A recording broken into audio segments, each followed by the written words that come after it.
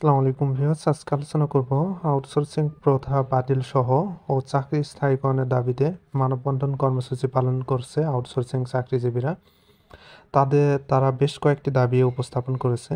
Outsourcing চাকরিজীবীদের দাবি হচ্ছে, একই প্রতিষ্ঠানে চাকরি করে স্থায়ী চাকরিজীবীরা অর্থাৎ রাজস্ব খাতের চাকরিজীবীরা বেতন, বোনাস সহ সকল ফ্যাসিলিটি পাচ্ছে, কিন্তু আউটসোর্সিং চাকরিজীবীরা এসব ফ্যাসিলিটি থেকে সম্পূর্ণ বিচ্ছিন্ন, অর্থাৎ তারা কোনো ফ্যাসিলিটি পাচ্ছে না। শুধুমাত্র তাদেরকে গাধার মতো পরিশ্রম করতে হচ্ছে এইসব প্রতিষ্ঠানে।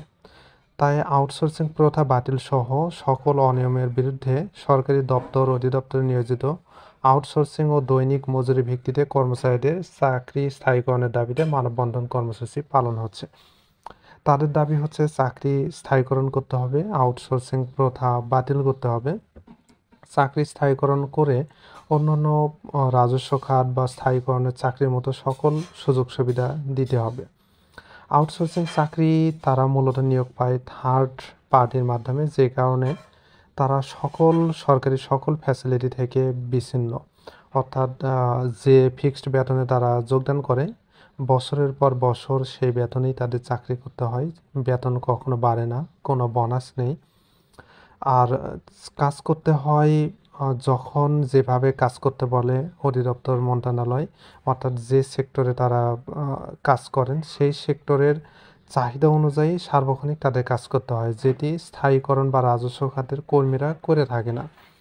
তো এই সকল অনিয়মের বিরুদ্ধে সোচ্চার হওয়ার জন্য তারা অলরেডি মানববন্ধন কর্মসূচি পালন করেছে এবং ভবিষ্যতে কঠোর কর্মসূচি দেওয়ারও হুঁশিয়ার জানিয়েছে তারা। তো আপনারা জানেন যে দীর্ঘদিন যাবৎ আউটসোর্সিং চাকরিজীবীদের একটি দাবি ছিল যে বেতনের অনিয়ম। অনেক সময় তারা বেতন প্রত্যেক মাসে তা প্রত্যেক মাসেও পায় না।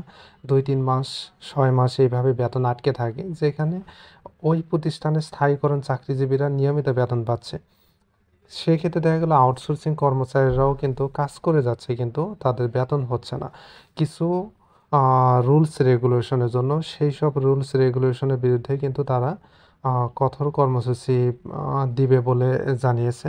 তো আউটসোর্সিং প্রথা বাতিল সহ তারা নানান কর্মসূচি উপস্থাপন করছে এবং বিভিন্ন জায়গায় স্মারকলিপি দিয়েছে যে যাতে আউটসোর্সিং এই প্রথাটা বাতিল করা হয় এবং সরাসরি স্থায়ী পদে নিয়োগ দেওয়া হয় এবং তারা যারা আউটসোর্সিং পদে বহাল রয়েছেন তাদের চাকরি যেন স্থায়ীকরণ করা হয়।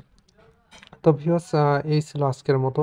আমার চ্যানেলে কিন্তু আউটসোর্সিং চাকরি কি এই বিষয়ে কিন্তু বেশ কয়েকটি ভিডিও দেওয়া রয়েছে, যারা দেখেননি তারা দেখে নিতে পারেন। ফার্স্ট টাইম আমার চ্যানেলে হয়ে থাকলে চ্যানেলটি সাবস্ক্রাইব করে পাশে থাকবেন, আর অলরেডি যারা সাবস্ক্রাইব করেছেন তাদেরকে অসংখ্য ধন্যবাদ।